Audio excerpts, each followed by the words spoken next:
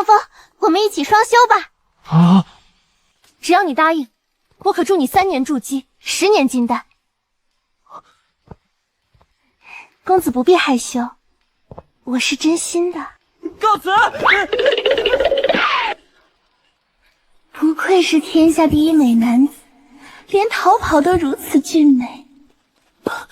我叫江峰，来到这个玄幻世界已经5年了。可惜我修为资质平庸，修炼5年也没混出什么名堂。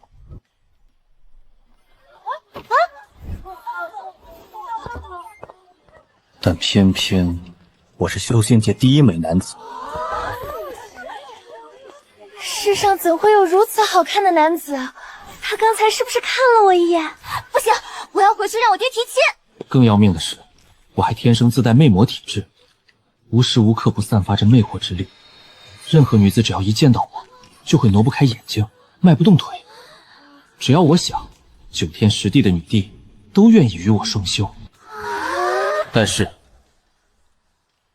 我身为堂堂7尺男儿，怎么能吃软饭呢？我一定发愤图强，靠自己修成大道。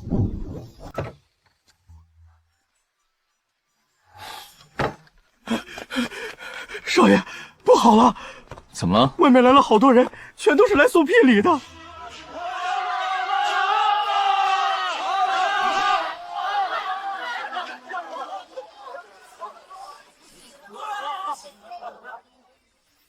天剑宗愿以3座灵山为聘，求聘江公子为夫。3座灵山也敢开口？我合欢宗愿出9品灵丹100枚。我万宝商会愿送10条灵脉，请求江公子点头与我成亲。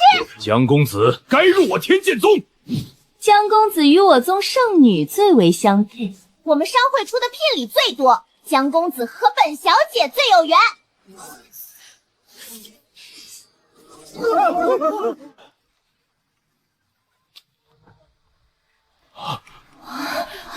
诸位厚爱江某先领了，但这些聘礼我一份都不会收。江公子可是嫌不够？若是不够，我还能再加。不是聘礼的问题，我江峰虽资质平庸，修为低微，但我身为堂堂7尺男儿，绝不吃软饭。明明可以靠脸吃饭，又何必要自己辛苦修炼呢？检测到宿主不屈的意志和绝不吃软饭的信念。自强不息系统绑定中，自强不息系统绑定成功。系统，我也有系统了，快介绍一下你的能力。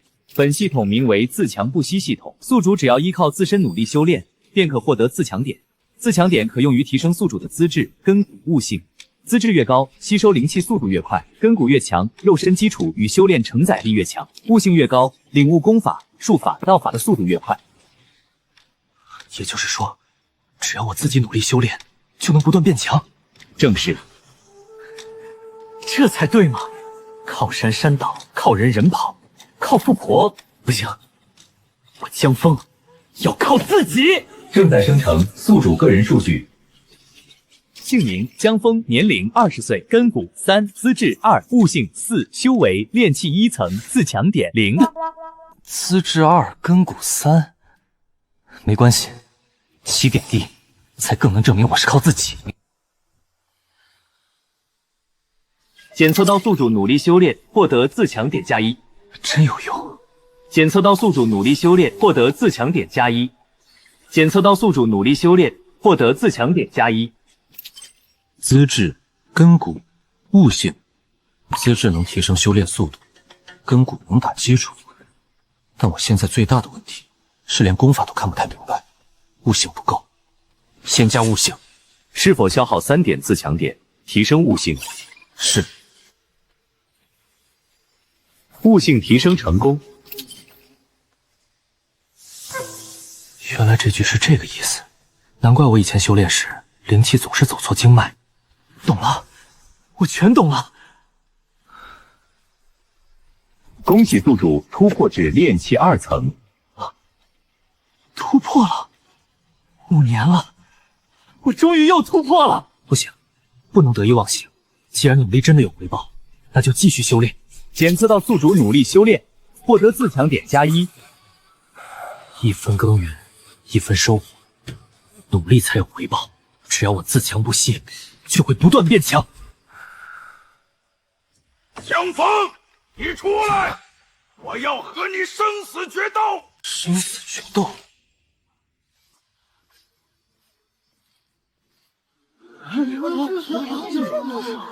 江峰，你这个只会靠脸迷惑女人的小白脸，今日我赵铁山要与你生死决斗！赵铁山，那不是铁骨门的大师兄吗？他应该有炼气3层的修为。他凭什么骂江公子？江公子那么好看，怎么能打架呢？你们还护着他？我倒要看看他除了这张脸还有什么本事！江公子出来了，他皱眉的样子也好好看，我已经无法自拔。阁下是谁？我乃铁骨门大师兄赵铁山。我师妹原本答应与我结为道侣，可自从见了你一面，她便日日念着你的名字，甚至说我的肌肉不如你的背影好看。你师妹喜欢谁与我无关，这也不是我的错。怎么与你无关？谁让你长得这么好看，还出来勾引我师妹？今日你我生死决斗，我要让所有人知道，男人靠的不是脸。这句话我认同。男人靠的确实不该只是脸。赵铁山，你堂堂男儿，为一名女子这般发狂，实在不值得。我不管，江峰，我今日非和你决斗不可。好言难劝，该死的鬼！赵铁山，你既然执意如此，那我们就来战吧。江公子不要啊！赵铁山可是炼气3层，正好，让我看看靠自己修炼的力量究竟有多强。检测到宿主主动迎战强敌，自强任务触发。任务内容：独立战胜赵铁山。任务奖励：自强点+10，随机功法1门。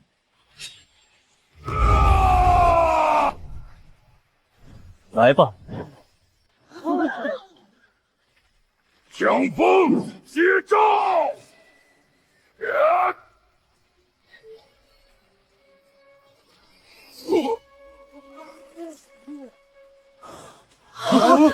一招，赵铁山竟然一招就败了。你不是只有炼气2层吗？修为高低不代表一切。原来悟性提升不仅能领悟更高深的功法，使修炼速度提升，在与人战斗的时候也更容易看出对方的破绽。同样的修为，击败对方易如反掌。赵兄，若一个人只把心思放在情爱得失上，便容易被外物牵动。你有一身筋骨，本该把心思放在修炼变强之上，不要沉迷女色。男人真正该做的是自强不息。自强不息，只有自己变得足够强，才不会被任何人左右。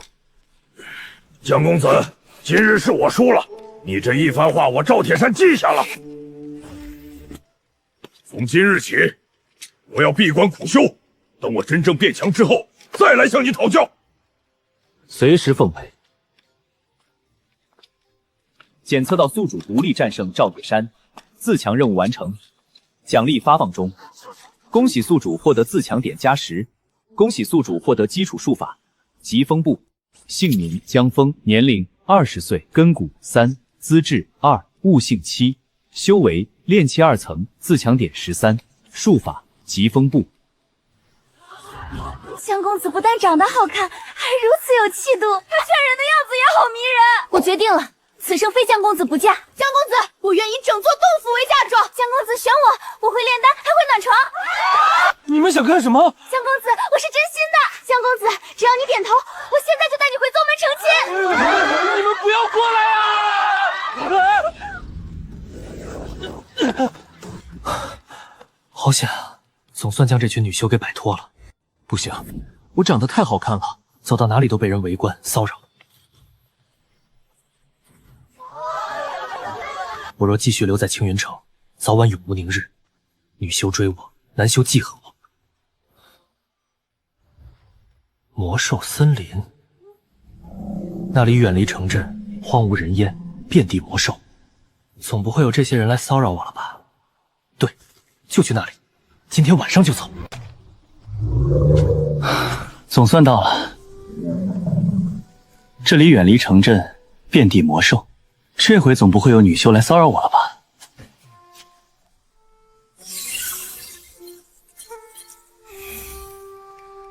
？13点自强点，资质和根骨固然重要，但我现在最缺的还是领悟能力，全部加到悟性。是否消耗13点自强点，提升悟性？是。悟性提升成功。悟性20，居然有这么大变化！原来如此。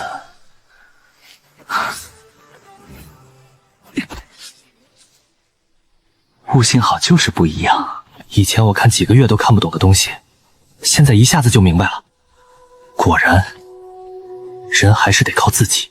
这些功法全是那些仰慕我的女修送来的，这里面甚至还有3位女帝送的，都是最顶级的功法。东西虽然是别人送的，但修炼必须靠我自己。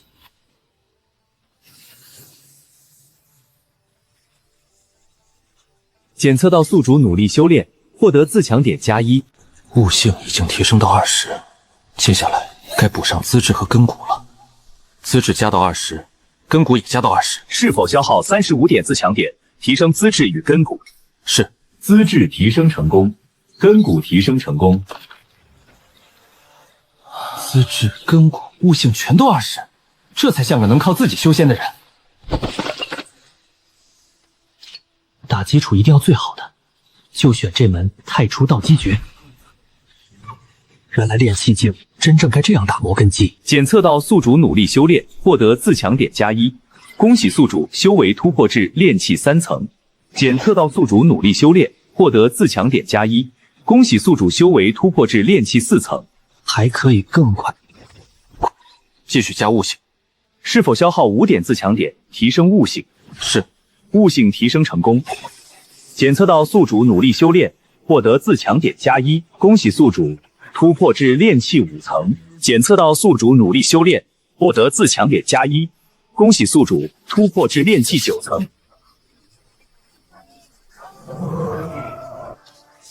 破！恭喜宿主成功筑基。筑基了，这就是靠自己努力得来的力量。若是靠那些女修，最快也得3年才能筑基，可我靠自己几天就筑基了。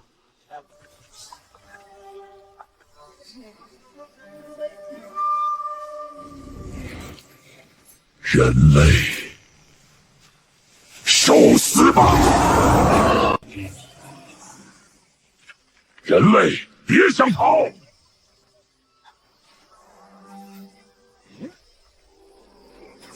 该死的人类！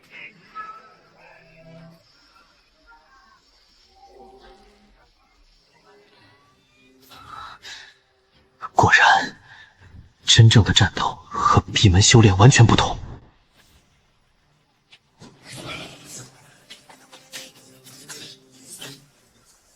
就是现在！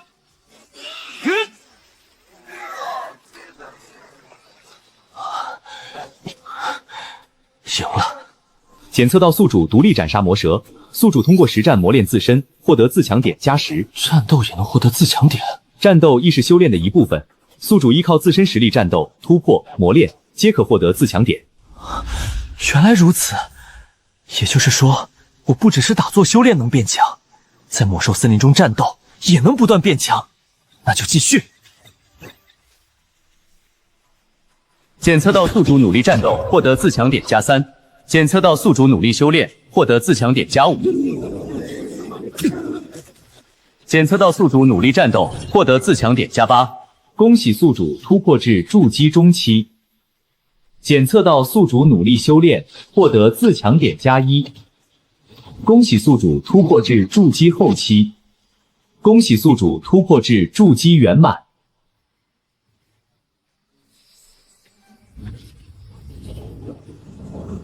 筑基之后便是金丹。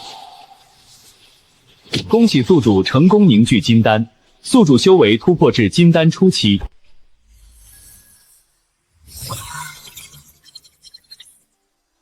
战斗修炼，加点，再修炼，这才是真正靠自己走出来的路。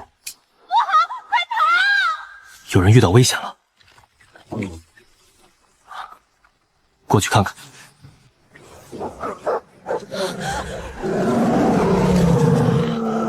你们好大的胆子，竟敢抢我守了30年的紫灵血汁！我们不知道那是你的东西，紫灵血汁我们可以交出来，只求你放我们一条生路。现在才想交出来，太晚了！我要将你们玩弄致死，再把紫灵血汁拿回来。诸位师妹，跟他们拼了！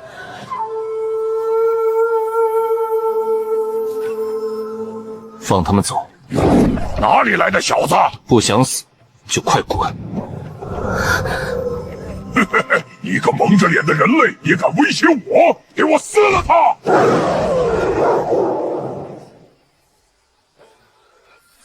太初剑气！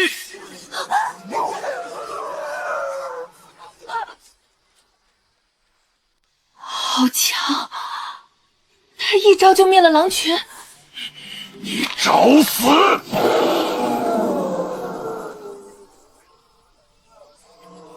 我要把你碎尸万段！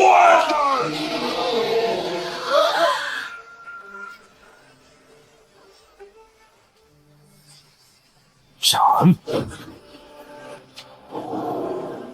不可能！你到底是谁？检测到宿主独立斩杀狼妖与狼群，宿主通过实战磨练自身，获得自强点加20。危险已经解除了，你们快走吧。多谢公子救命之恩，这株紫灵血汁还请公子收下。不必。公子若是不收，我们心中难安。公子救了我们所有人的命，这份恩情我们一定会报。还请公子让我们见一见真容，至少让我们知道恩人长什么样。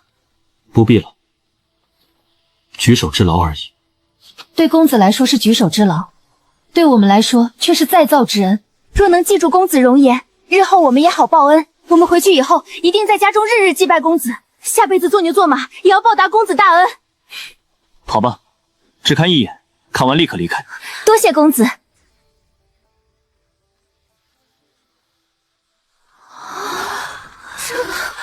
世上怎么会有这么好看的人？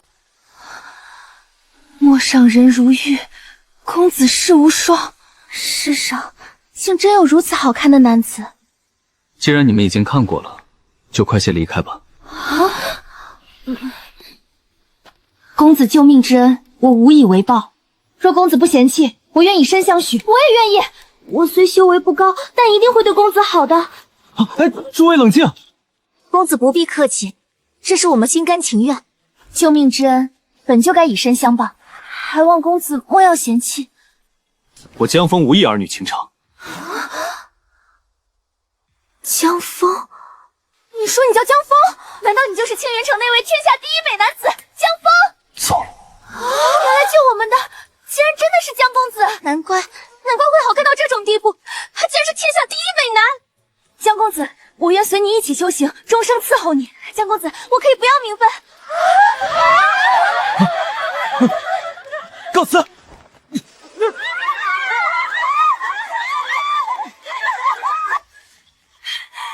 江枫在魔兽森林。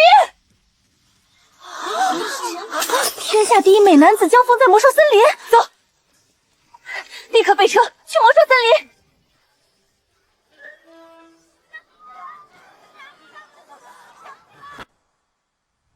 怎么会这么快传出去？我就不该露出真面容。江公子一定就在附近，大家分头找。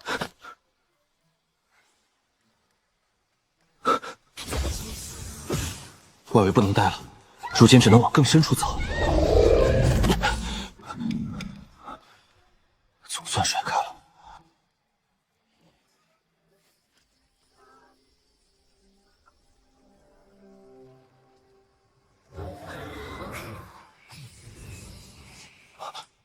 两只大妖。朱雀，把东西交出来，有本事就自己来拿。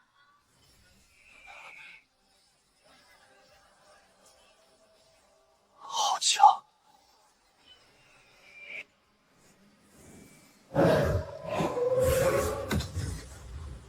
这就是大妖的实力吗？我现在虽然已经金丹，可若被他们发现，恐怕连逃都逃不掉。一定要多紧了，被发现就完蛋了。这是幻术，检测到宿主观摩大妖法门，获得感悟，宿主悟性极高，正在推演狐族幻术基础。这样也能感悟？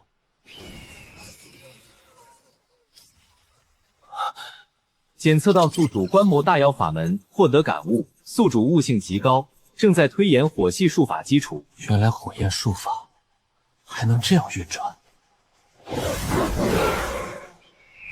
检测到宿主认真观摩强者交战，获得自强点+1，自强点也在增加。战斗观摩、法门感悟皆为修炼的一部分。没想到还有这样的机缘。检测到宿主认真观摩强者交战，获得自强点+1。检测到宿主感悟狐族幻术变化，获得自强点+1。检测到宿主感悟朱雀火法变化，获得自强点+1。恭喜宿主修为提升至金丹中期。不能激动，继续看。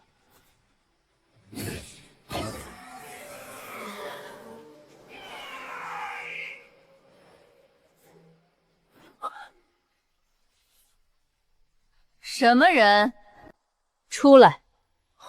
两位前辈误会了，晚辈只是刚好经过，无意打扰。我现在马上离开。一个人类小子，偷看本座斗法也就罢了，竟还敢偷学我凤族独门秘法！前辈，我只是看了几眼，并非有意偷学。看了几眼便能学会，更该死！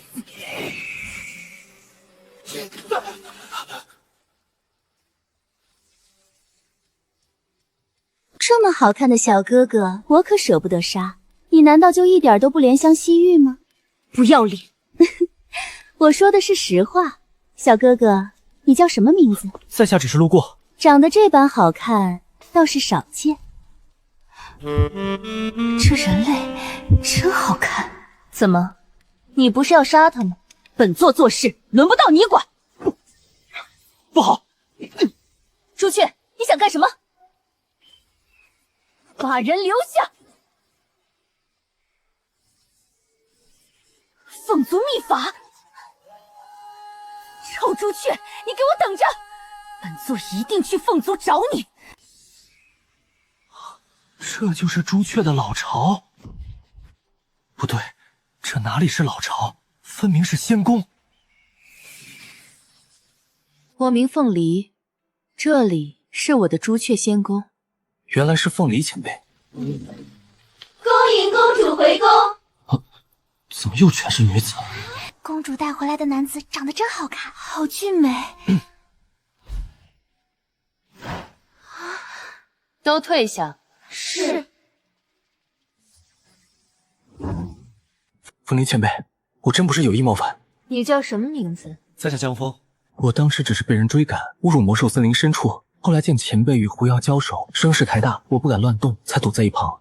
至于偷学凤族秘法，也绝非我本意。我只是看到了前辈施展术法，一时有所感悟。若前辈觉得不妥，我可以立誓，绝不外传，也绝不会用凤族法门对付凤族之人。还请凤梨前辈放我离开。我抓你回来，并不是因为你冒犯了我，那是为何？我要你做我的夫君。什么？做我的夫君？不可以！你不答应，我难道不好看吗？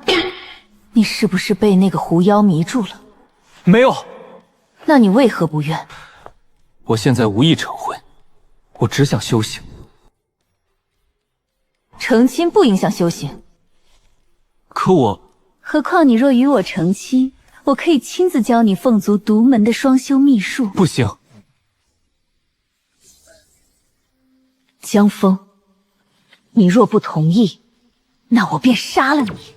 好汉不吃眼前亏，先答应下来，再想办法离开。好，我同意。这才识趣。不过，你现在修为太低，金丹修为承受不住我的力量，现在还不能与我双修。太好了，你先去焚天梧桐下修炼。公主，不可！有何不可？梵天梧桐乃我朱雀仙宫神木，只有真正拥有朱雀血脉之人，才有资格在树下修炼。江公子虽是公主带回来的人，可他毕竟是人族。这朱雀仙宫是谁做主？自然是公主。那我不能做主。奴婢不敢，奴婢知错，请公主责罚。下不为例。多谢公主开恩。还不谢我？多谢凤梨前辈。前辈，以后叫我凤梨。多谢凤梨。带他过去。是，江公子，请在此修炼。焚天梧桐乃我宫至宝，还请江公子珍惜机会。多谢提醒。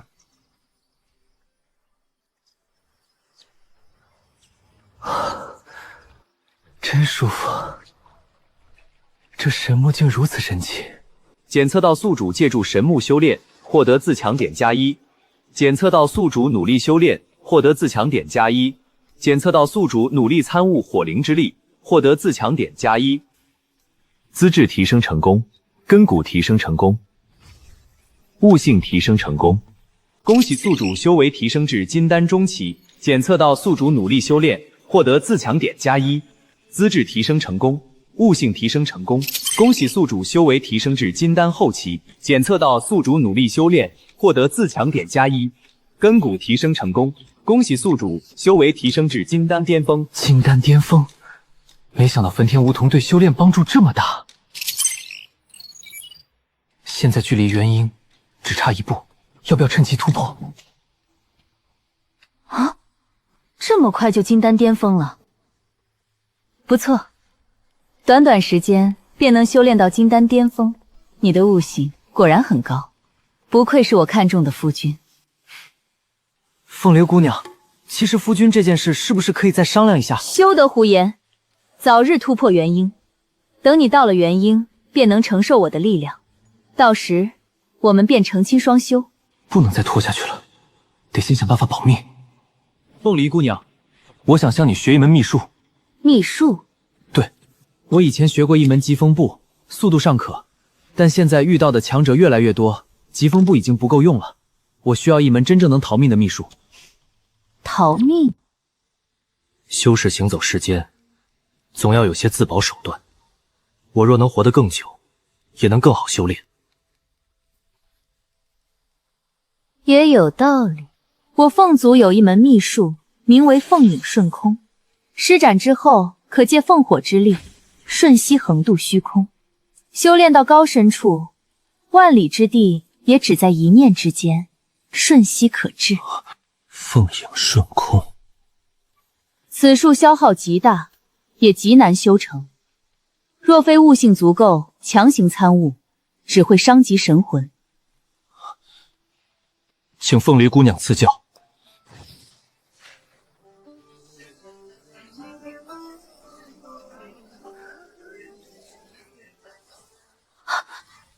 这么快就入门了？凤影瞬可是凤族秘术啊！果然悟性惊人。多谢凤流姑娘。凤梨，你这个不要脸的朱雀，竟敢抢我的男人！九尾狐追来了，把人交出来！公主，是九尾狐来了。他倒是真敢来。你留在这里好好修炼，不许乱跑。好。臭朱雀，出来，交出小哥哥！九尾狐，你再敢胡言乱语，我烧了你的尾巴！你抢了我的小哥哥，还敢这么嚣张？他们还在打，现在正是机会。我的凤影瞬空才刚刚入门，必须将其完全掌握才行。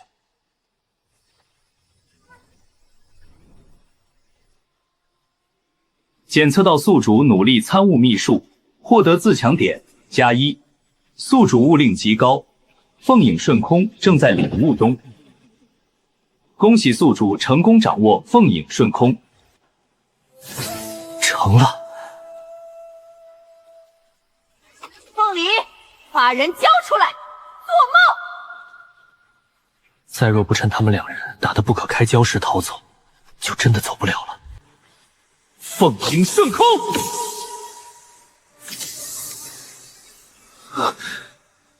继续。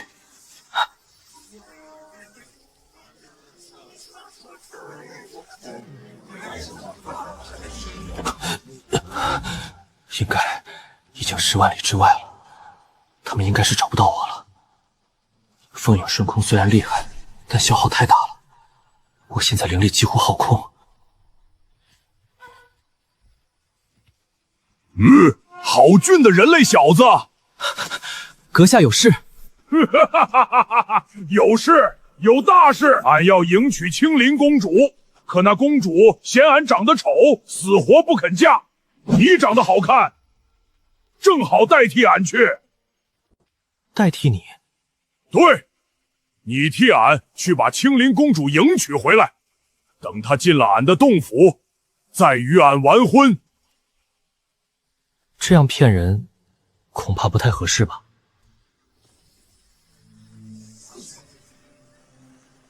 你不愿意？这牛妖元婴境，我本就只有金丹巅峰的修为，现在又灵力耗尽，不能硬来。人类小子，俺可不是在同你商量。你若不愿意，俺现在就宰了你。好，我同意。好，从现在开始，你就是替俺迎亲的人。我堂堂修士，竟然被牛妖逼着替他迎亲。不错，不错，你长得俊，青灵公主见了你，肯定愿意上花轿。若是公主发现新郎不是你，等进了俺的洞府，拜了堂，她发现也晚了。出发！迎亲喽！公主，妆快好了，真好看啊！好不好看，又有什么用？青灵，准备的怎么样了？迎亲的队伍已经来了。我不嫁，我真的不想嫁。青灵，母后知道你委屈，可这也是没办法的事。我宁愿死都不嫁。那牛妖恐怖无比，我怎么能和他同床共枕呢？我真的受不了啊！若不是为了江山社稷，我也不会让你嫁。可如果你不嫁给牛妖，牛妖就会灭了我们青灵国，到时候无数百姓都会因此遭殃。为了天下黎民苍生，只能委屈你了。青灵，是父王母后对不起你。我绝不会把自己的身子真的交给牛妖，等到了牛妖洞府，我就自尽。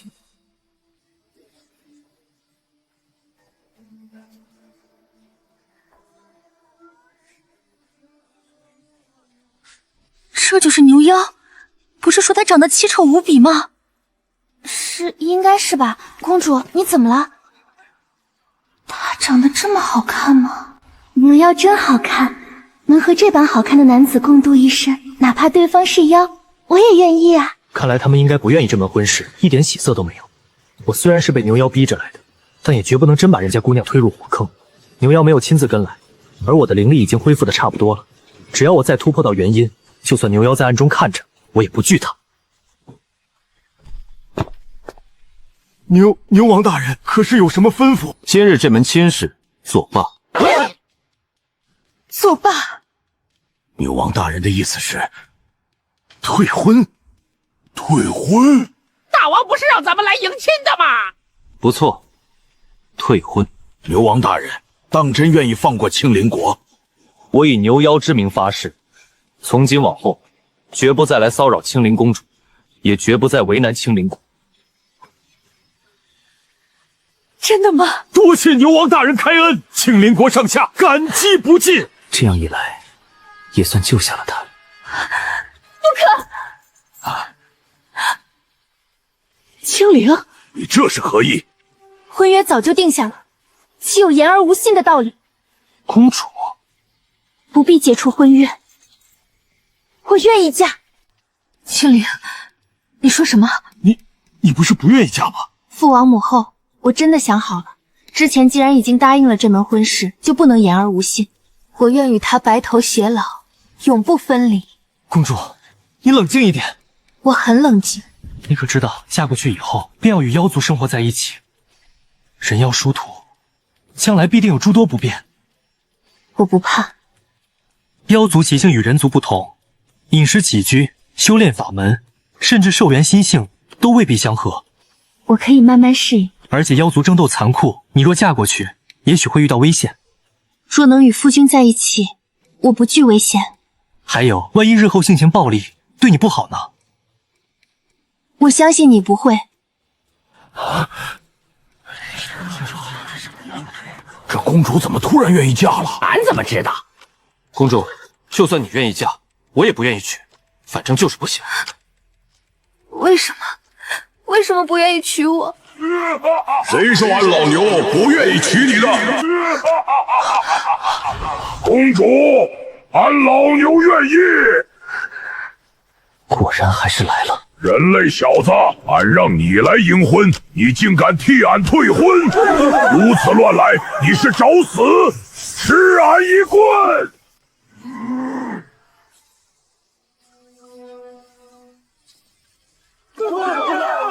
小心！元婴镜，果然不好对付。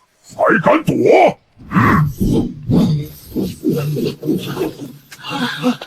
他能赢吗？那可是元婴境牛妖啊！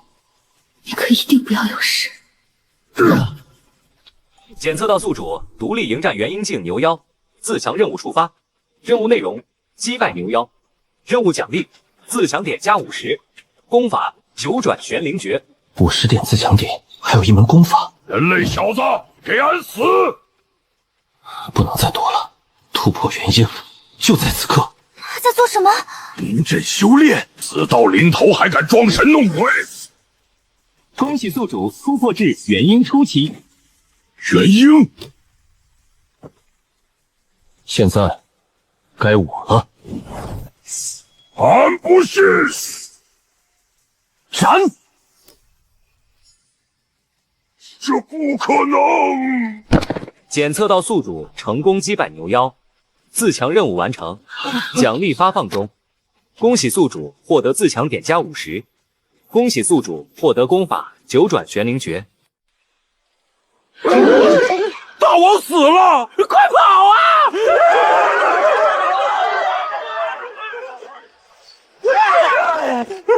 县长饶命，我们再也不敢了。今日饶你们一命，从今往后不可再犯青莲国，否则杀无赦。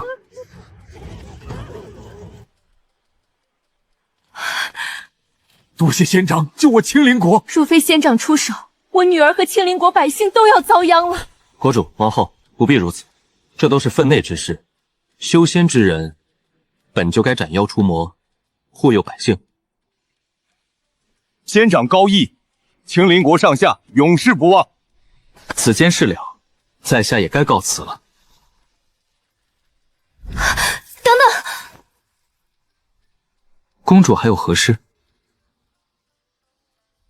你不能就这样走。为何？你既然骑着马来迎娶我，那便不能这样一走了之，应当与我完婚。完婚？不错。公主误会了，我之前被牛妖胁迫，不得已而为之，我并非真的来迎娶你。可大家都看到了，你骑马而来，迎亲队伍也到了王宫门前。若你不娶我，我以后还如何再嫁其他人？这……仙长，青灵说的也有道理。仙长救我青灵国，又与青灵有了这番缘分。若仙长愿意，青灵国愿以最高礼式将公主嫁与仙长。我愿意。不行，这公主已经痴魔了，再不走，真要被留下成亲了。国主、王后、公主，此事太过突然，容我日后再议。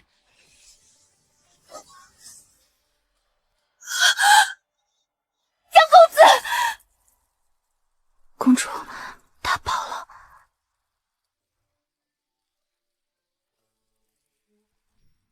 公子不愿娶我，是因为我只是一个普通凡人，没有修为。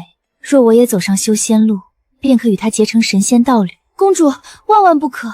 有何不可？求仙之路艰难，外面也很危险。我不怕，我已经决定了，我要去修仙，我要变强，总有一天，我一定会找到公子。奴婢想，公子那般优秀，爱慕他的女子一定不在少数，说不定他早已成亲，已有妻室。就算他已有妻室，他也可以纳我为妾。男子3妻4妾本就是很平常的事。可你是堂堂的公主殿下，怎么能给人做妾呢？我不在乎，只要能和他在一起，我什么都不在乎。我走了，无论天涯海角，我一定会找到公子的。总算又逃出来了。我实在是长得太好看了，再加上天生魅魔体质，走到哪里都烦恼不断。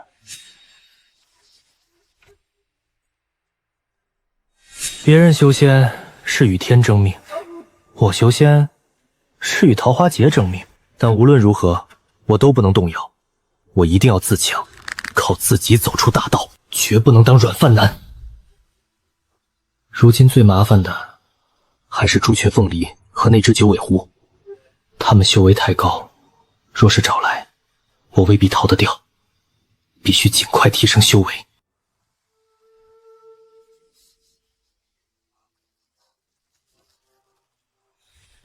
这里足够隐蔽，正适合闭关修炼。姓名江峰，年龄20岁，修为元婴初期，功法太初道基诀、九转玄灵诀，术法疾风步、凤影顺空，自强点50。九转玄灵诀，既然是系统奖励的功法，必然不凡。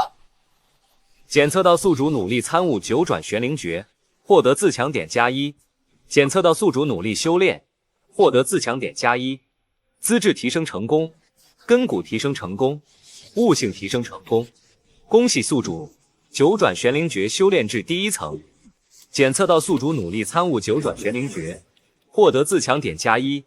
检测到宿主努力修炼，获得自强点+1。资质提升成功，悟性提升成功，根骨提升成功。资质60，根骨60，悟性60。恭喜宿主九转玄灵诀修炼至第2层。检测到宿主努力修炼，获得自强点+1。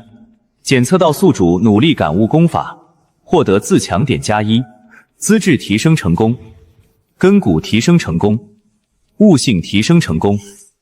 姓名江峰，年龄20岁，根骨100，资质100，悟性100，修为元婴初期，功法太初道基诀、九转玄灵诀第3层，术法疾风步、凤影顺空。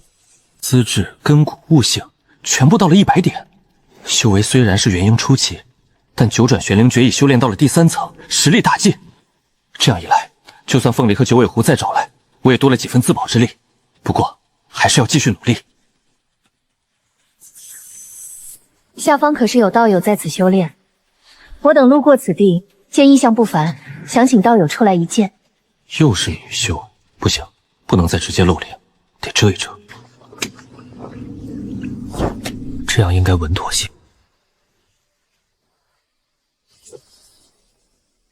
见过几位道友？修士之中，性情古怪者不少，戴面具见人，倒也不算稀奇。在下洛清寒，这2位是我的同门，周明月、许若兰。见过道友。见过道友。在下假面，幸会幸会。假面道友不错。假面道友方才修炼引发天地异象，想来实力不凡。如今太玄道宗正在招收弟子，道友何不与我们一同前往？招收弟子？正是。我等已是元婴境，还有宗门会收吗？道友有所不知，若是没有到元婴境，反而不能参加太玄道宗的招生考试。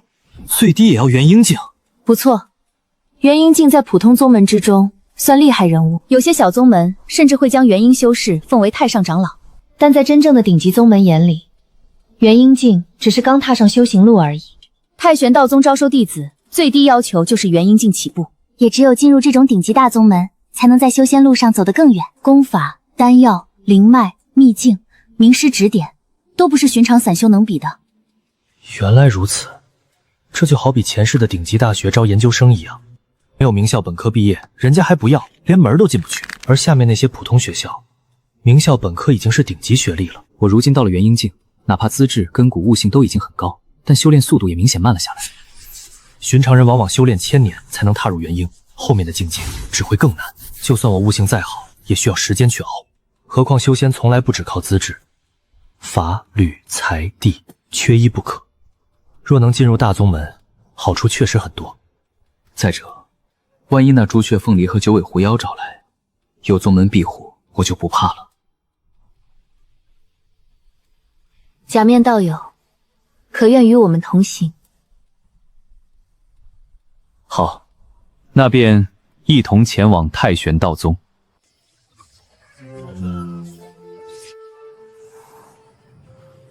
这就是太玄道宗，果然不愧是超级大宗门，当真非同小可。到了。今年来参加入门考试的人比往前还多，也不知我们能不能顺利进入太玄道宗。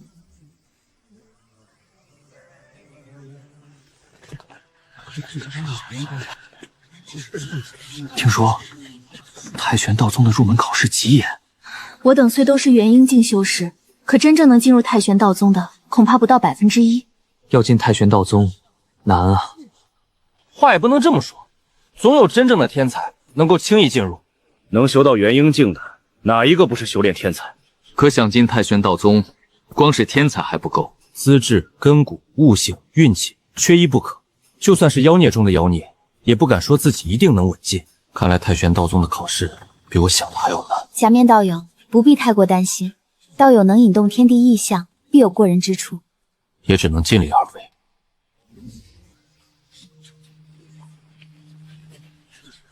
护境！诸位既来参加我太玄道宗入门考试，便需遵守本宗规矩。此次考试分为数关，第一关规则极为简单。尔等将进入幻境碑林，在规定时间内参悟10碑之上的功法，参悟越深，成绩越高。幻境碑林，今年的第一关就是考悟性。现在第一关开始。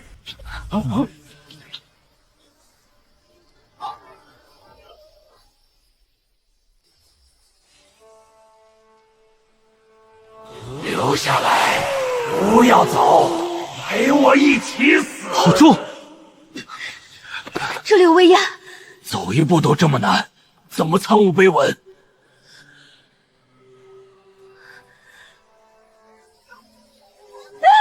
我的眼睛！上面什么都没有啊！别过来！别过来！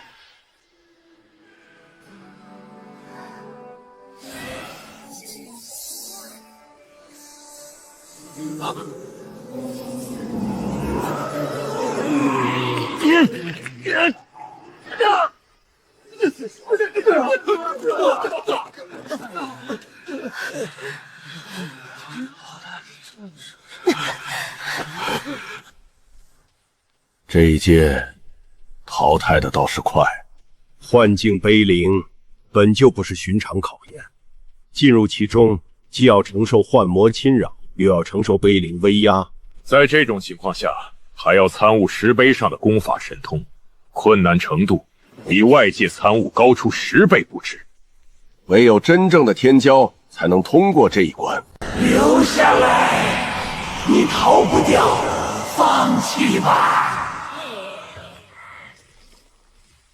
这碑林果然不简单，不但有游魂尖叫扰乱心神，还有万斤威压压在身上。在这种情况下，还要参悟碑文，难度极大。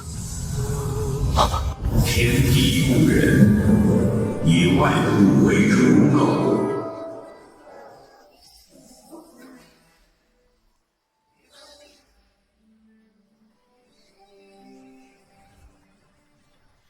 天地不仁，并非天地残忍，而是天地运行不因一人悲喜而改变。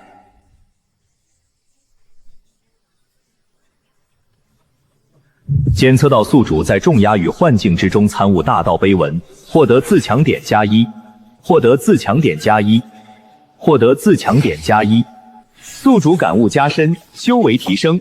恭喜宿主进阶元婴中期。检测到宿主持续参悟大道碑文，获得自强点+1。检测到宿主功法感悟提升，太初道金诀正在进阶。检测到宿主持续参悟大道碑文，获得自强点+1，太初道金诀感悟提升。这石碑上的功法神通，竟与太初道经诀有相通之处。一个讲天地大道，一个讲铸就太初道基，两者彼此印证，正好能触类旁通。恭喜宿主太初道金诀修炼至大成，检测到宿主持续参悟大道碑文，自强点+1。恭喜宿主太初道基诀修炼至圆满。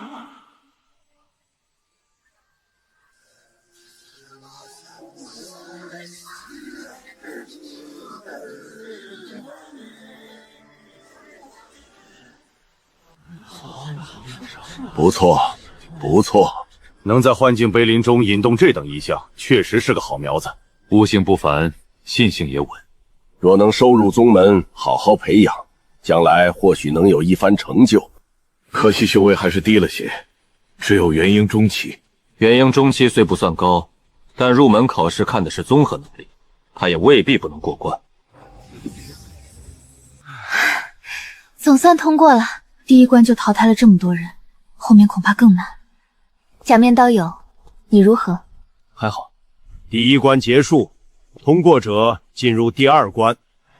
第二关规则也很简单，抽签对战，只能使用在幻境碑林中感悟到的功法神通进行战斗，胜者过关，败者出局。只能用碑林中感悟到的功法神通？那若是感悟不深，岂不是必败？长老，弟子有异议。说，我等虽都是元婴境，但实际修为有高有低，有人已是元婴圆满，有人才元婴初期，两者之间有若天壤之别，这样比试如何公平？你没有修炼至元婴圆满，是你自己的问题，怪不得别人。更何况第二关限制只能使用碑林中感悟的功法神通，若你天资了得，感悟够深，未必不能以弱胜强。再者，抽签本就有运气成分，若你只是元婴中期，却抽到元婴初期的对手，也可能轻松过关。运气也是实力的一部分。太玄道宗不收气运太差的弟子。元婴圆满，你这签运不太好。假面道友才刚刚跨入元婴中期，要对上元婴圆满，几乎没有胜算。假面道友，不若就放弃吧。太玄道宗虽好，但我辈修士自有缘法，也不必强求。这小子第一关表现不错，可惜抽到了元婴圆满，运气也是考核的一部分。一个人的运气往往由自身气运所决定，气运太低之人，即便天赋不错，也不宜将其招入太玄道宗，否则日后还可能影响宗门气运。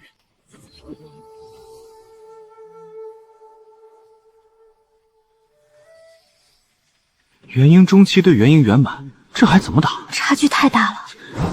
悟性再高也没用，修为差距摆在这里。你就是第一关引动异象的那个假面道友？是我。哼，悟性不错，可惜修为太低。你现在认输，可免去受伤之苦。假面道友，认输吧。元婴中期和元婴圆满相差太大，强撑没有意义。大家都这般觉得，你不丢人。他不会真要打吧？看他的样子，似乎没有退意。动手吧。我给你机会，你却不知好歹。若你不动手，我便先动手了。狂妄！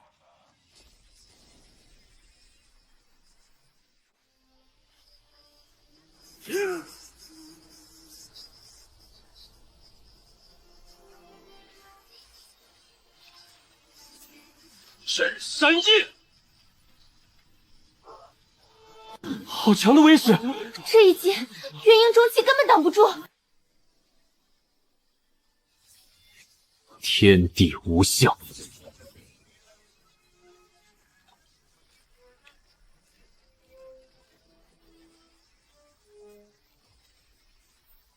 怎么可能？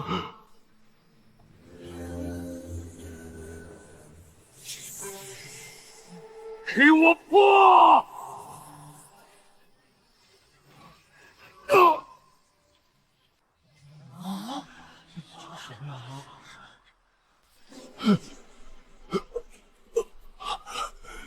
承让。赢了！元婴中期竟然真的打败了元婴圆满，这怎么可能？到了元婴境，每个人都称得上修炼天才。不错，能修到元婴的，哪一个不是从无数修士中脱颖而出？所以元婴境之间想越级而战极难。越阶而战这种事，大多只会发生在低阶修士身上。境界越高，每一重差距就越大。到了元婴境，还能以中期胜圆满，这已经不是普通天才能做到的了。这个假面道友真的厉害，难怪第一关能引动异象。若他进了太玄道宗，恐怕很快就会名动中门。他比我想象中还强，我原本还以为他只是悟性高，没想到战力也这么恐怖。能将碑林中砍悟的神通运用到这种地步，他的悟性恐怕远在我们之上。假面道友，你方才也太厉害了！元婴冲期击败元婴圆满，这一战之后，恐怕没人敢再小看你了。恭喜你通过第2关。侥幸而已。他碑林神通的感悟，竟然已经到了这等地步。不是单纯魔法，也不是粗浅施展，他是真正悟出了其中道义。元婴中期能以道压制元婴圆满，此等悟性千年难得。若能收入门下，细心培养，将来必成大器。好苗子呀！你们也动了收徒的心，这等奇才，谁不心动？太玄道宗1000年内能有几人做到这一步？此子悟性极高，正适合修我这一脉的道法。你那一脉众守城，哪里适合这种悟性惊人的弟子？你们2个不用争了，我看此子心性沉稳，与我有缘。什么弟子值得你们3人争成这样？见过云瑶真人。说吧，出了什么天才？回真人，这次考核中有一名男修表现不错，仅元婴中期，却凭借碑林神通击败了元婴圆满。难修？正是。可惜我不收男弟子。既如此，便不必耽搁，尽快结束考核，正式定人。是。第2关结束，胜者进入下关。第3关幻境问名。进入幻境之后，尔等会暂时失去记忆，幻境会询问尔等真实姓名、身份来历、过往经历，若来历不明、心怀不轨或道心有缺，皆会淘汰。假面道友，这一关看似容易，实际上很难。只是询问来历也难。能来这里参加考核的，都是元婴境修士，很多人已经活了几百年，甚至上千年。他们身份来历复杂，当然要问清楚。要不然，有其他门派的奸细怎么办？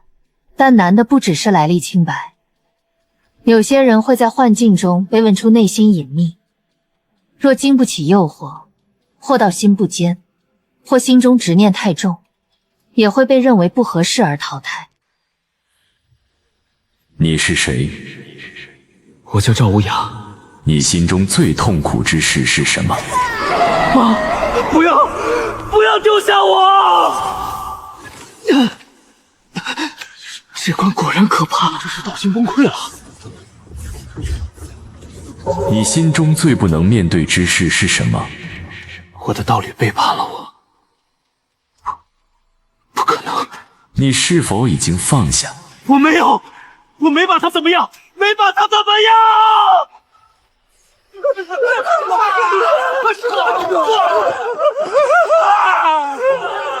这也太吓人了，感觉比前2关还难。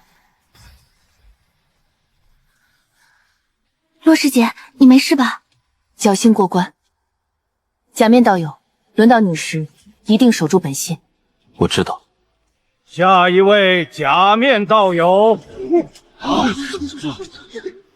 你的真实身份是谁？青云城江峰，他们说我是修仙界天下第1美男子。你为何来到太玄道宗？为了修行，为了变强，也为了躲开那些总想让我吃软饭的女修。江峰，那个传说中的天下第1美男子江峰，我听说过他，据说青云城各大势力都曾上门送聘礼。原来假面道友就是江峰。假面道友竟然是天下第一美男江峰，难怪他一直戴着面具，可能是长得太英俊，到处招蜂引蝶，不得不如此。原来如此，他就是那个传闻中的江峰。据说此人容貌极盛，还天生魅惑体质。白女修一见到他，无不为之神魂颠倒。难怪他不愿意真容示人。天下第一美男子，你心中最大的执念是什么？自强。为何自强？我不想靠别人，不想靠容貌，也不想靠女修，更不想当软饭男。我要靠自己修成大道，哪怕资质平庸，起点低位，也要一步一步往上走。若有女帝愿助你成仙，你是否愿意？若有绝世女修愿给你功法灵脉宗门仙山，助你一步登天呢？不愿，我可以收功法参考，但修行必须靠自己。若要我出卖自己，换取捷径，绝不可能。你修仙所求为何？自强不息，靠自己走到大道尽头，长生久世，逍遥世间。这也太好看了！世上竟真有这样的男子，难怪他要戴面具。我原本还以为传闻夸张了，现在看来，传闻还是保守了。道心稳住，修仙信念坚定，不错。面对捷径诱惑，仍能坚持本心，此子道心极佳。自强不息，独立自强，这样的心性确实适合修道。确实很好看。他不但长得好看，道心还这么坚定，坚决不吃软饭，要靠自己，这也太让人心动了。我现在能理解青云城的女修为什么会那般疯狂了。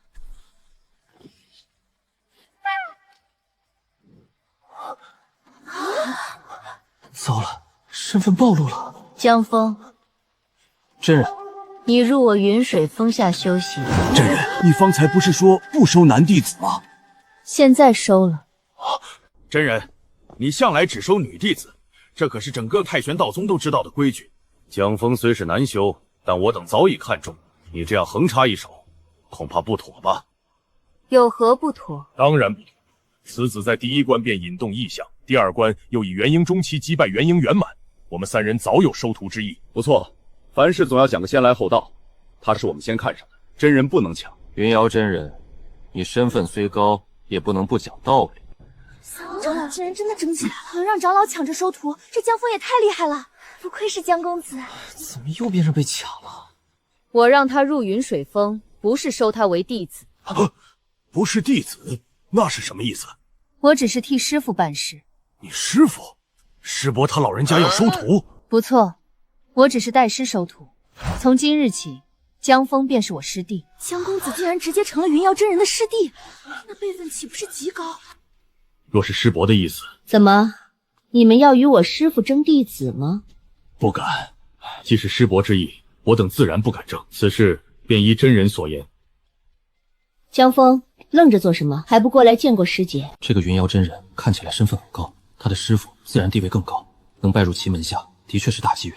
有大宗门庇护，朱雀凤梨和九尾狐应当也没那么容易找来。今日代师收徒，先定下你的身份，待师父出关之后，你再正式拜见师尊。是，师姐。此后，你便先随我回云水峰修行。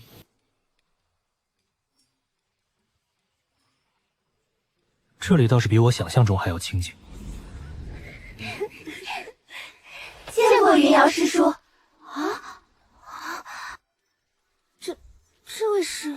他就是传闻中的天下第一美男子江峰，真的是江峰。江公子，我住在青竹院，若你有空可以来坐坐。江公子初来云水峰，若是不熟悉路，我可以带你四处看看。我那里有上好的灵茶，江公子要不要尝尝？还是来了。放肆！他是我师弟，也是你们的小师叔。小师叔，他竟然是我们的小叔，那我们刚才岂不是见过小师叔？诸位不必多礼，日后见了他，须守礼数，不可失了分寸。是。以后你便住在这里，若有修炼所需，可告诉风中侍女。此处很好。你身份特殊，寻常弟子不会轻易打扰你。多谢师姐安排。不必。有小师叔这层身份在，至少能少些麻烦。师尊，您当年说过，若弟子有了爱慕的男子，便将他带回云水峰，您会收他为弟子，让我们成为同门师兄妹。如今弟子带回来了，师尊，弟子春心动了。这里倒是清静。何事？弟子听闻小师叔初来云水峰，特意送来一些灵茶，算是拜见小师叔。多谢好意，放在门外即可。小师叔不请弟子进去坐坐吗？我正要修炼，不便见客。那弟子便不打扰小师叔了。小师叔，弟子这里有刚摘的灵果，最能滋养元神。放门外吧。小师叔若是不嫌弃，弟子可以亲手为你洗净。不必。小师叔，弟子听闻你在幻境碑林中悟性惊人，想向小师叔请教碑林感悟。弟子也想听小师叔讲讲那门神通。我也想听。你们几个都是化神境，还找元婴境的小师叔请教神通，借口也太明显了吧？小师叔辈分高，悟性又好，请教一下也不奇怪。你自己心里打什么主意，谁还不清楚？又何必如此自欺欺人？小师叔声音也好好听，小师叔长得真好看，我这辈子从未见过如此好看的男修。那是自然，小师叔可是天下第一美男子。不行，再这样下去，我根本无法安心修炼，必须布下隔音戒指了。闭门修炼。小师叔真的不出来了吗？我灵茶都准备好了，我还想请小师叔讲讲碑林感悟呢。你都化神中期了，能不能别把借口说的这么假？见过云瑶师叔。你们在这里做什么？弟子只是想给小师叔送些灵茶。弟子想拜见小师叔，弟子想请教碑林感悟。你已是化神中期。是。他现在只是元婴中期，且刚入，你感悟已久，你需要向他请教。弟子知错。他初入云水峰需要清修，从今日起，任何人不得无故打扰。弟子明白。都散了。是。刚来便被围住，他应该吓到了吧？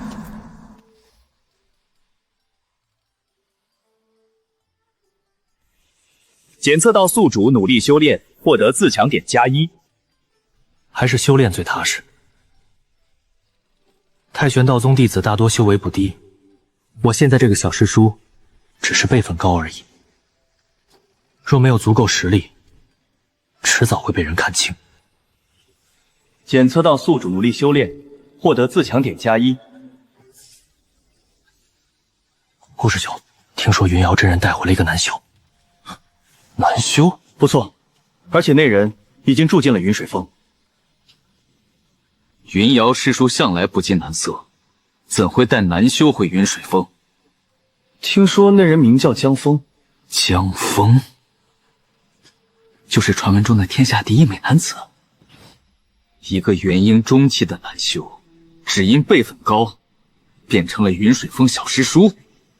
听说他悟性极高，是云瑶真人带师收下的师弟。哼，悟性高又如何？云水峰上化神境弟子比比皆是，他一个元婴中期，也配让众人喊他小师叔？云瑶师叔从不亲近男子，他凭什么？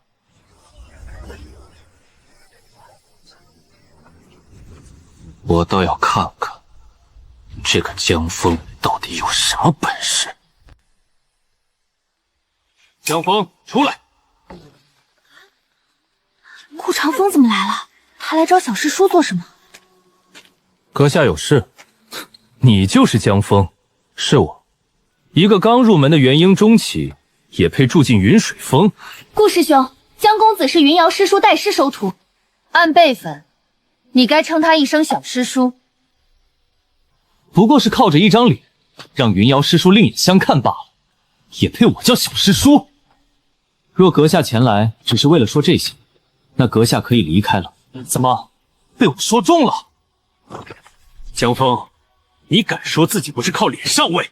云瑶师叔向来不近男色，凭什么对你另眼相看？我无意与你争执，若你对师姐的安排有意见，可以去问师姐。师姐？你叫的倒是亲切。顾长风，你不要太过分！小师叔是师祖门下的人，岂容你这般羞辱？顾师兄平日看着风度翩翩，今日怎么如此失礼？这些人以前见了我，哪一个不是客客气气？甚至还有人向我暗送秋波。可如今江峰才来云水峰，他们便全都站到了江峰那边，凭什么？江峰，你若真有本事，便与我公开比试。顾长风，你可是化神圆满，你让元婴中期的小师叔跟你比试，这不是欺负人吗？放心，我顾长风还不至于欺负弱小。比试之时，我会将修为压制到元婴期。说得好听，你修行经验、神通掌握、肉身根基，哪一样不是化神圆满？就算压制修为，也不公平。顾长风，若你真想打，我来陪你。怎么，江峰只会躲在女人身后吗？你，多谢好意。小师叔，他是故意激你。我知道，我不争风吃醋，也不靠女人。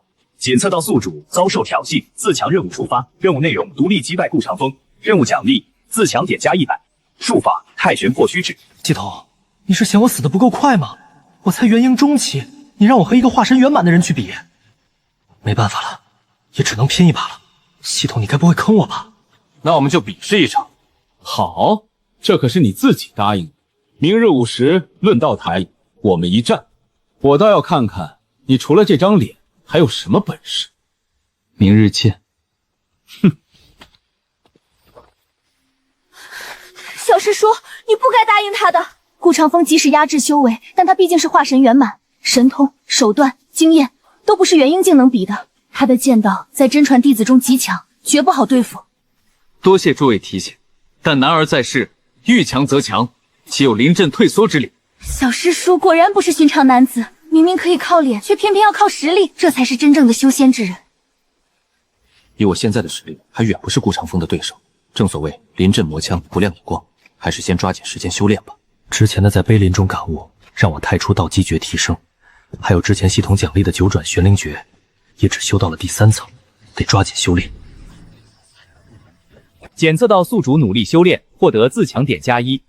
检测到宿主努力修炼，获得自强点+1。检测到宿主努力感悟碑灵道运，获得自强点+1。继续加悟性，是否消耗自强点，提升悟性至120？是。悟性提升成功。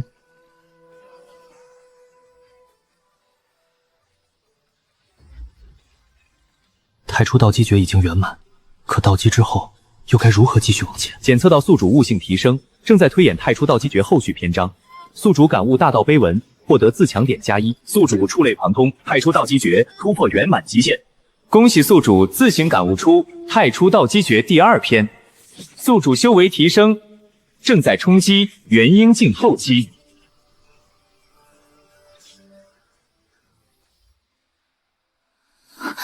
这是突破异象。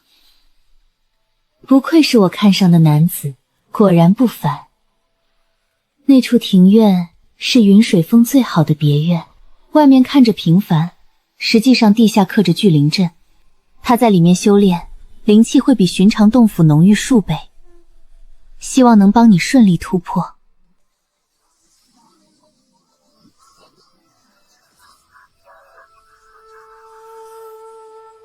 恭喜宿主进阶元婴后期。还不够，顾长风是化身圆满，即便压制修为，也绝不能小看。检测到宿主努力参悟九转玄灵诀，获得自强点+1。检测到宿主感悟加深，九转玄灵诀正在突破。恭喜宿主九转玄灵诀突破至第4层。元婴圆满，就在此刻。恭喜宿主进阶元婴圆满。元婴圆满，只是一夜之间竟连续突破2重，这可是寻常人几百年都未必能做到的。这庭院竟然有聚灵阵，难怪灵气如此充沛。大宗门果然底蕴深厚，若是在别的地方，哪怕有系统相助，恐怕也没有足够灵气支撑我连续突破。看来进入太玄道宗确实是正确选择。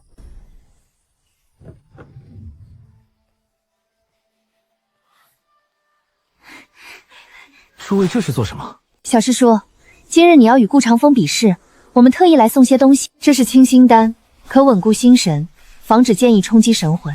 这是护身玉符，危急时能挡住化神境一击。这是回灵露，能快速恢复灵力。多谢诸位好意，不过此战我想靠自己，不必借外物取胜。小师叔，这不是让你靠外物，顾长风毕竟是化神圆满，就算压制修为，也绝不好对付。我们只是担心你受伤，也是想略尽心意。诸位心意，我领了。但真正上台之后，我还是想凭自己的实力一战。小师叔果然道心坚定，明明有这么多宝物，却还是想靠自己，这才是真正的自强之道。见过云瑶师叔。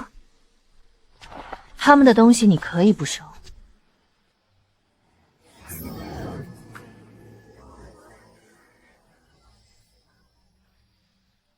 但这个，你收下。这是九霄镇灵塔，防御至宝，催动之后可护住周身，挡住合体境修士3击。九霄镇灵塔，那可是云水峰重宝，连合体境修士的攻击都能挡3次。师姐，此物太贵重了。顾长风只是化神圆满，我不能收这样的重宝。顾长风破不了他，此物可保你安然无恙。既然如此，我更不能收。你拜入师父门下，师父尚未给你入门宝物。这件九霄镇灵塔便算是入门礼，我只是带师父给你。既是师门入门礼，那我便先收下。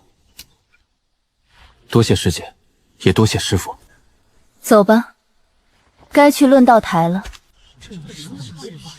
江峰还没来，毕竟是元婴中期，对上顾师兄，怕也是正常的。他不会不敢来了吧？又是这样，这些女修以前见了过，哪个不是恭恭敬敬？如今却全围着他一个人转。江峰，你终于来了。我既然答应了，自然会来。被一群女修护送过来，倒是威风。顾长风，你说话放尊重点。小师叔是云水峰的人，我们送他来，有何不可？顾长风，想战就战，又何多言？今日我便让所有人看看，你到底配不配当这个小师叔。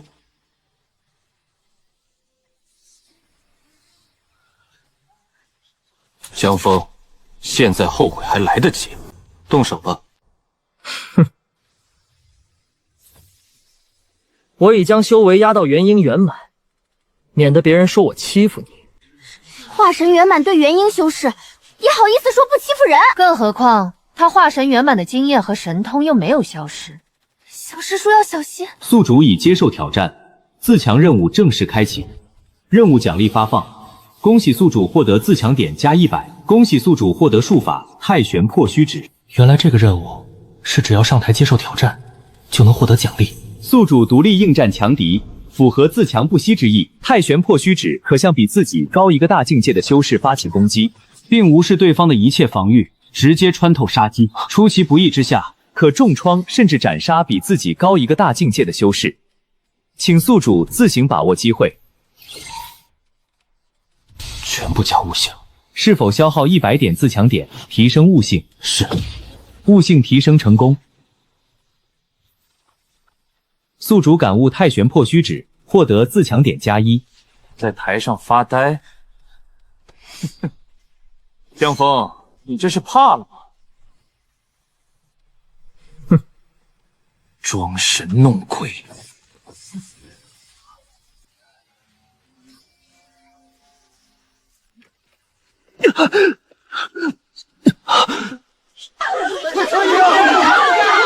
顾长风，你不要脸！小师叔正在顿悟，你竟然趁机袭击！堂堂真传弟子，居然做这种事！他自己站上论道台，难道还要我等他慢慢顿悟？怎么，想在台上装模作样拖延时间吗？我倒要看看你这破塔能护你几次！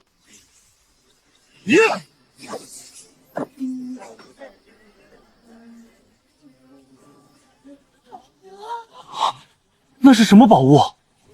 竟能自行护主！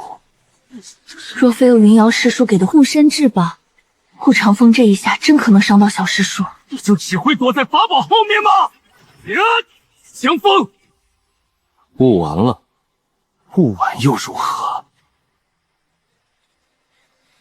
他太玄破虚指，怎么可能？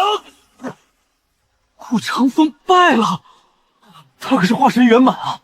就算压制修为，也不该败得这么快。小师叔赢了，一指就重创了顾长风。这太玄破虚指果然厉害，能向比自己高一个大境界的修士发起攻击，还能无视防御直接穿透杀机。若是出其不意，的确能重创，甚至斩杀高一个大境界的修士。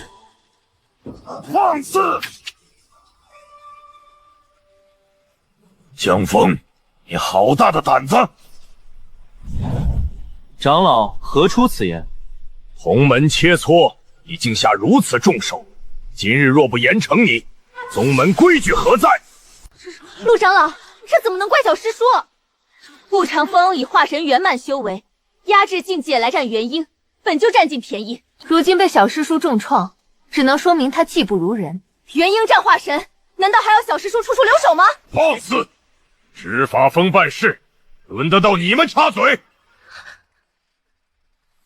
那我能不能插嘴？见过云瑶真人。陆晨月，你要严惩谁？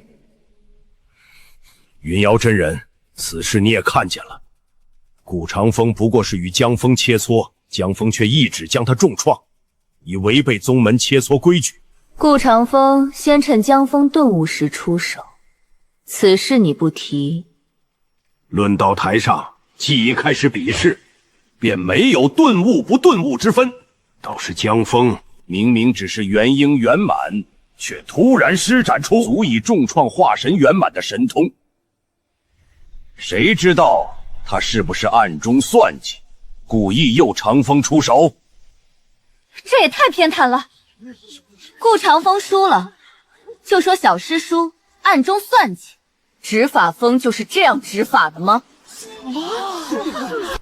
江峰，若你心中无愧，便随我去执法峰受审，入问心台答话。好，不过顾长风也要一起去。凭什么？因为这场比试不只是我一人参与，若要问，就一起问。我觉得可行。陆长老，你不是要查清真相吗？好，那便去问心台。问心开始。江峰，你是否故意暗中算计顾长风？没有。你是否在比试前布置陷阱，意图重伤同门？没有。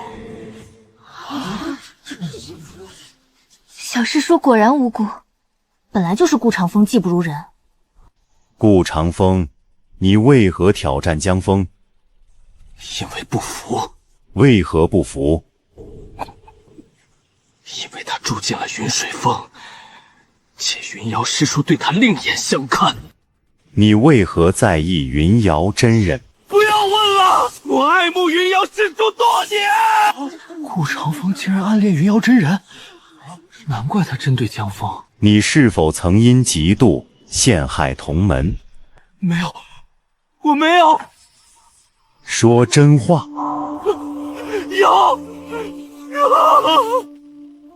3年前，林师弟被云瑶师叔夸赞，我心中嫉妒，暗中调换了他的试炼玉符，害他在逆境中受伤，挫伤真传晋升机会，最后自杀而亡。原来当年的事是顾长风做的，他竟然做过这种事。他为了嫉妒，竟然暗中调换试炼玉符。若不是问心台揭露，林师兄这辈子都不知道真相。这种人也配做真传弟子，必须严惩。顾长风害人前程，绝不能轻饶。师尊，救我！都安静！长风虽有过错，但并没有直接杀人。那人自杀，也只怪自己一时糊涂。他只是一时糊涂，心生嫉妒，才做下错事。一时糊涂？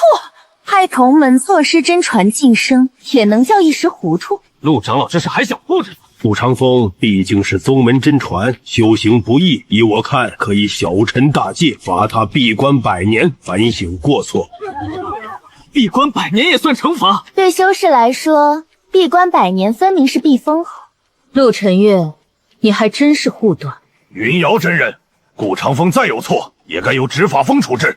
执法风若只护自己人，便不配执法。他说的不错。拜见宗主，拜见宗主。问心台已照出真相，你还想小惩大谏？宗主，长风虽有错，但他天资不凡，若就此废掉，实在可惜。宗门天才不少，但心术不正者，天资越高，祸患越大。宗主，我知错了，求宗主再给我一次机会。你陷害同门，毁人前程，今日又借比试之名，极度生恨，挑衅师门长辈。若不严惩，宗门规矩何在？师尊救我！顾长风罪证确凿，按宗规废除修为，处死。陆晨月，宗主，你身为执法长老，执法不公，偏袒弟子。今日若非江峰主动入问心台，真相恐怕又要被你压下。宗主，我只是念在长风修行不易，执法之人罪忌私心。从今日起，革去你执法风掌权之职，禁闭300年，反省己过。是。见过宗主。小风，今日之事，你受委屈了。弟子只是自证清白。面对污蔑，不畏强权，愿如问心台自证，很好。你入宗不久，便遭此风波，宗门自该有所补偿。江峰，可入太玄藏经阁3日，3日之内，藏经阁所有功法神通任你参悟。藏经阁3日，前3日任他参悟，这奖励也太大了。小师叔这也算因祸得福，以小师叔的悟性，3日说不定能悟出不少神通。多谢宗主，这是你应得的。藏经阁内机缘不少，好好把握。我会的，师姐。能得多少就看你的本事了。太玄道宗的藏经阁，这里面应该藏着不少高深功法神通。你便是江峰？见过长老。宗主已经传令，你可入藏经阁3日，所有功法神通皆可参悟。多谢长老。藏经阁中机缘无数，但不可强求。有些功法任人，有些功法择主。若强行参悟不属于自己的东西，反而会伤了神魂。弟子明白。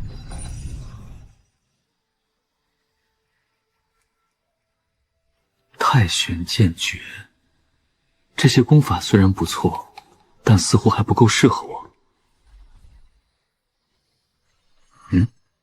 你在跟着我？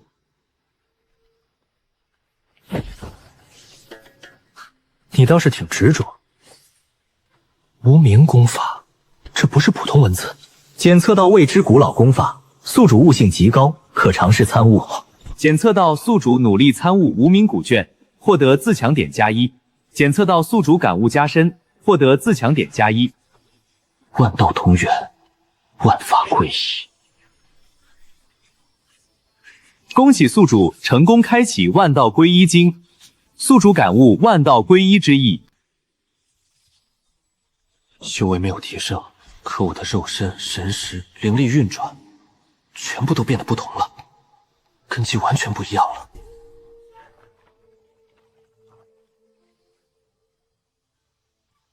藏经阁震动，这小子在里面做了什么？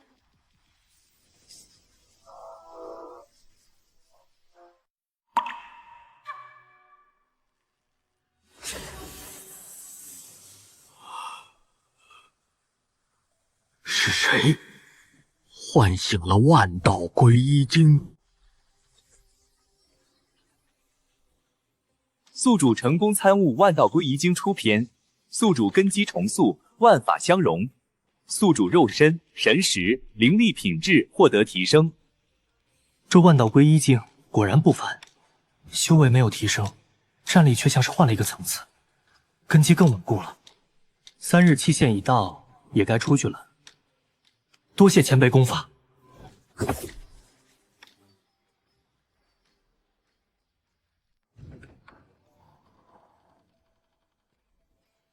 你在里面看到了什么？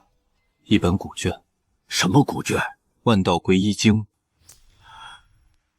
果然是他。长老知道此经？知道，但从未有人真正唤醒过此经。江峰，此事不要轻易外传。万道归一经关系重大，若传出去，未必全是好事。弟子明白。发生何事？有人闯宗门大阵。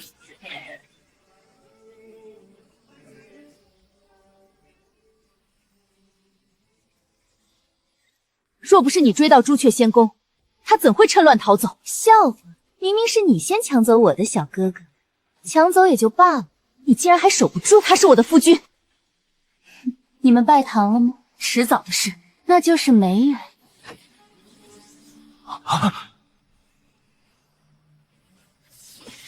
什么人？好强的妖气！他在这里。小哥哥果然在太玄道宗。让江峰出来，告诉你们宗主，把我的小哥哥给交出来。江峰，江师叔乃我太玄道宗弟子，岂是你们说带走就带走的？弟子，他是我的夫君。又胡说，他明明是我的小哥哥。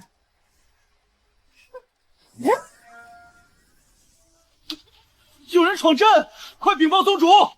太玄道宗，交出我夫君江峰，把小哥哥还给我。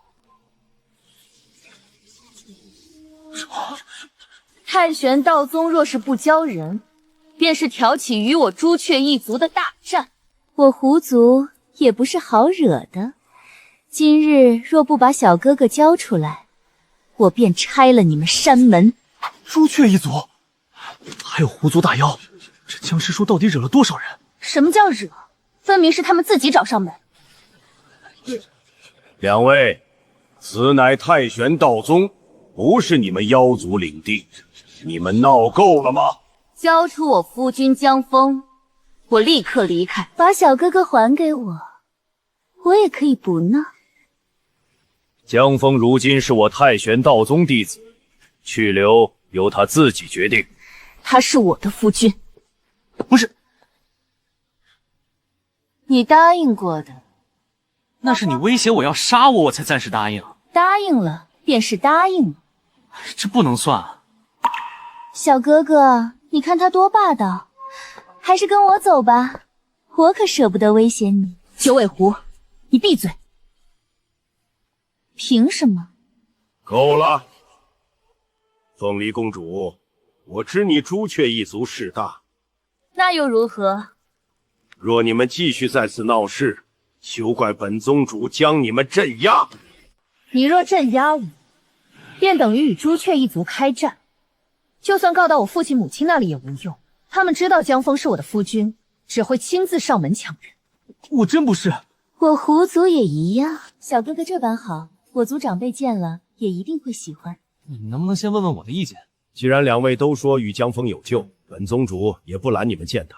宗主，凤梨公主、九尾狐，你们各有1日时间，一人1天与江峰单独相处。若你们能说动江峰，让他自愿跟你们走，那便是你们的本事。但若江峰不愿，谁也不得强迫，更不许在太玄道宗闹事，否则不管是朱雀一族还是狐族，本宗主都会先将你们镇压。好，我先来。凭什么你先？他先答应做我夫君。我说了那不算。小哥哥说不算，那就不算。九尾狐，你们相持不下，那便抽签决定。我只是想安静修炼，怎么又变成这样了？江峰，今日你归我。只是相处1日，不是归你。都一样。上来。你让我骑你？哼，别人自然不行，但你是我看中的夫君，那当然可以。我不是你夫君。先上来。怎么样？这风景还入得了你的眼？怎么样？好玩吗？风景不错。只是风景不错。我现在更想修行。你就这么想变强？对，我只想修行，只想靠自己变强。哼，靠自己也不代表不能让我教你。既然你想修行，那我便教你一门朱雀一族的顶级神通。这不太合适吧？我说合适便合适。凤族秘法，外人能学？你不是外人。我真不是你夫君。此术名为朱雀焚天诀。检测到朱雀一族顶级神通朱雀焚天诀，宿主正在参悟。这么快就入门了，不愧是我看中的人。凤娘，你在做什么？别分心，我帮你修炼。我说过，我不靠别人。这不是让你靠我，神通还是你自己悟，功法还是你自己修，我只是给你一点点小小的帮助。检测到宿主融合朱雀火道奥义，万道归一经感悟提升，宿主努力修炼，获得自强点+1，宿主感悟朱雀神通，获得自强点+1。恭喜宿主，万道归一经跨入第2重。第2重？怎么会这样？我明明消耗了大量灵力帮他修炼，可方才那一瞬间，我损耗的灵力不但全被补回来了，修为还精进了一些。看来你与我双修一定会更有好处。我挑的夫君果然没错。你不要乱想。我没有乱想。凤梨，你1天的时间到了，现在该轮到我了。我还没结束。怎么没结束？说好1人1天，你的1天已经到了，你倒是算得准。当然，跟你这种会抢人的朱雀打交道，不算准些怎么好？九尾狐，你找死！你若现在动手，便是坏了约定，到时候小哥哥可就更不喜欢你了。我只按约定行事。好，这一日让给你。九尾狐，你敢与我这个朱雀一族的公主作对，总有一天我要灭了你们狐妖一族。吓唬谁呢？有本事你先让小哥哥愿意跟你走。江枫，我明日再来找你。小哥哥，终于轮到我们独处了。你想做什么？别紧张，我不像那只朱雀那么粗鲁，我只是想让小哥哥开心些。小哥哥，怎么样？这些都是我狐族最会歌舞的美人，若你喜欢，他们都可以留下陪你。你不看？我要修炼。他们不好看吗？好看。那你为何不动心？好看与我修行无关，我若因外物动摇，便走不远。小哥哥，你真有意思。若是我亲自陪你呢？也一样。我也一样。我只想修炼。难怪那只朱雀会对你这么上心。你越是这样，我越想得到你。你这话听起来很危险。放心，我今日不强迫你。检测到宿主面对诱惑，道心坚定。检测到宿主坚守自强之心，不为外物所动。特殊奖励发放，恭喜宿主获得不灭元神法，恭喜宿主获得自强点加300。居然还有奖励！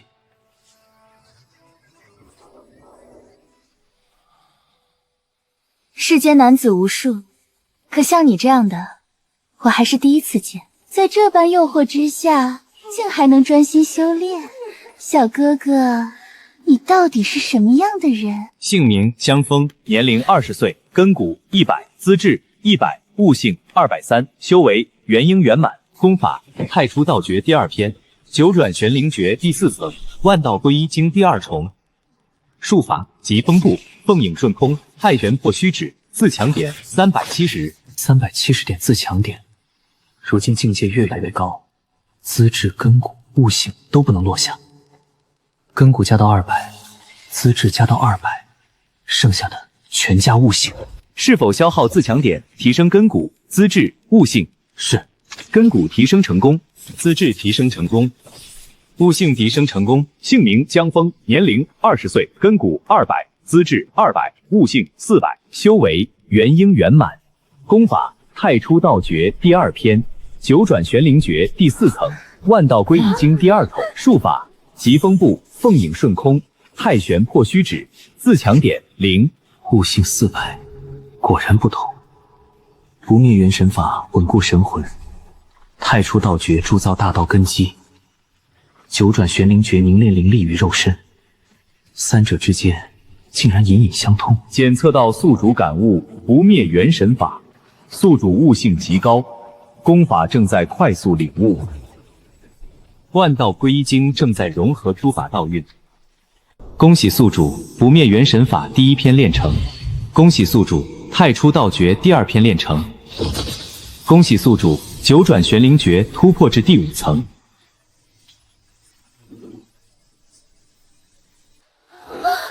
他要突破了，从元婴圆满突破化神，小哥哥竟然要化神了！恭喜宿主突破至化神初期。公子怎么会更好看了？你你的体质提升了。不好，魅魔体质似乎变强了。这气息不像普通魅惑之力。公子，好想靠近他，他的气息好温暖。这是我的魅魔体质又变强了。检测到宿主体质进一步觉醒，体质信息正在重新解析中。这是什么气息？为何我忽然心跳得这么快？好像是僵尸叔的方向。稳住丹火，我稳不住心神了。僵尸叔突破了，化神了。为何连我也会受到影响？好像只想与他双修。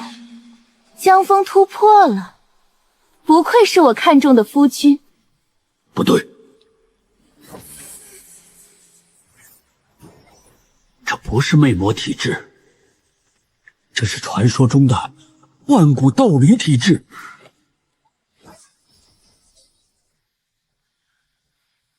小哥哥，你好像更不一样了。这不是好事。谁？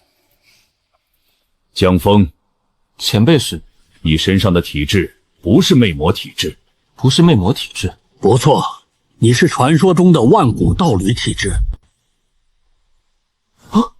不是魅魔体质，公子不是魅魔体质吗？可那种吸引力，明明比魅惑之术还强。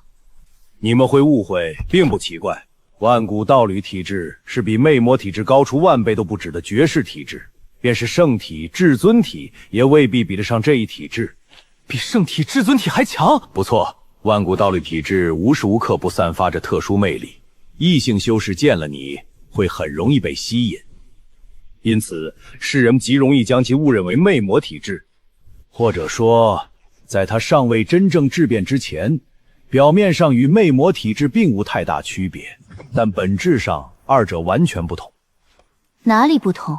魅魔体质靠着纯粹的魅惑之力，以魅惑之力扰乱心神，引动欲念，所以清心法诀、镇魂术、破妄神通都能抵挡魅魔体质。但万古道侣体质不是魅惑之力，它更像是一种大道亲和，所以任何抵抗魅惑之术的清心法诀对这一体质都无效。难怪我明明没有主动施展任何魅惑之术，那些女修还是会被吸引。正是如此，任何人只要与你这种体质之人双修，都会获得意想不到的好处，而体质拥有者本身也同样会得到极大反馈。难怪凤梨帮小哥哥修炼，自己反而修为精进，原来是因为小哥哥体质特殊缘故。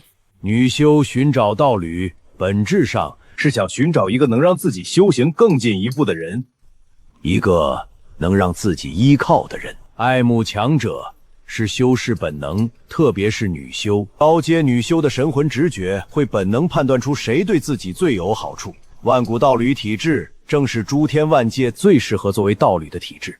那些女修不是单纯被你的容貌吸引，他们的神魂本能、修行直觉都在告诉他们，靠近你会有大机缘。所以，我被女修围追，不是因为我长得好看，容貌只是表象，体质才是根源。那这体质对我来说到底是好是坏？看你怎么选。怎么选？万古道侣体质有两条路，第一条路寻找道侣双修，以此体质，只要你愿意，诸天女帝、圣女、妖皇、魔尊都会想与你结为道侣，你可以靠双修一路成帝。不行，这不就是吃软饭吗？小哥哥，这怎么能叫吃软饭呢？靠女修一路带我成帝，就是吃软饭。所以还有第二条路，若你不找道侣双修，不借女修之力，反而能因道心坚定得到天道奖励。每一次拒绝诱惑，每一次坚守本心，都会化作天道淬炼，修为精进，道心稳固，体质升华，最终同样可直达无上之境。也就是说，我越是不吃软饭，反而越能变强。不错，你若沉迷双修，可以靠道侣成帝；你若坚守自强，便可凭自身登临无上。这就是万古道侣体质的绝妙之处。那我选第二条路，我江峰绝不靠女人成道，我要靠自己，一步一步走到大道尽头。你能这样想很好，不过你也要明白，如今你的体质已经真正觉醒，这股气息恐怕已经传遍诸天。传遍诸天？万国道侣体质对无数女修而言都是难以抗拒的大机缘。从今日起，会有无数人想与你双修。小哥哥，老祖说的没错，若连我都被你的气息吸引，那些更强的女修只会更疯狂。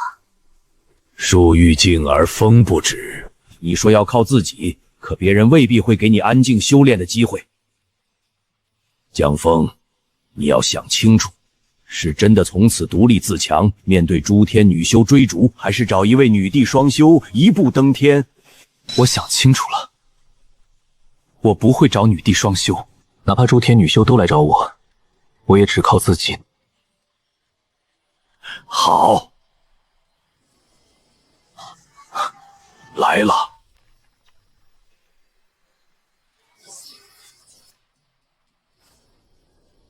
万古道侣体质终于出现了。备驾，本帝要去下界。啊，这种感觉有趣，比炉鼎强千倍万倍的体质。哼，本尊要了。恭受女尊。万武道侣体质，若得此人下注，本皇血脉或许还能再进一步。传令，开启妖皇车辇。是，女皇陛下。本皇亲自去见他。这就是传说中的万古道侣体质，为何只是感应到气息，便让我心神不宁？备龙舟。公主殿下要去何处？太玄道宗。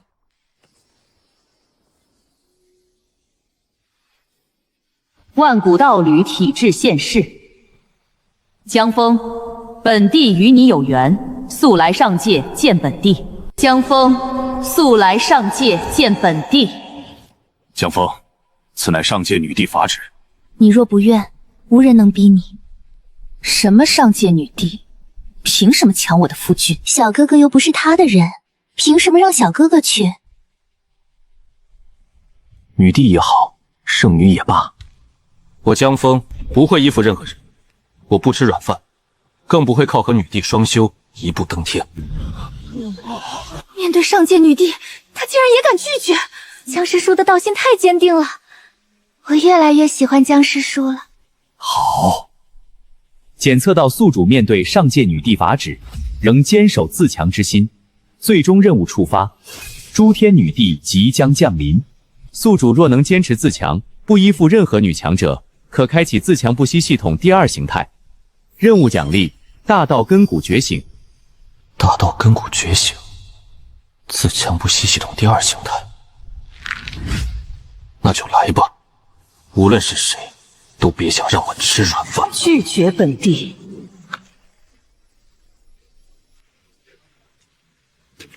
此处是太玄道宗，上界女帝也不得强夺我宗弟子。想抢江峰，先问我答不答应。虽然我也想抢小哥哥，但别人来抢，我可不同意。小师弟，我护你。多谢诸位，但我的路终究要我自己走。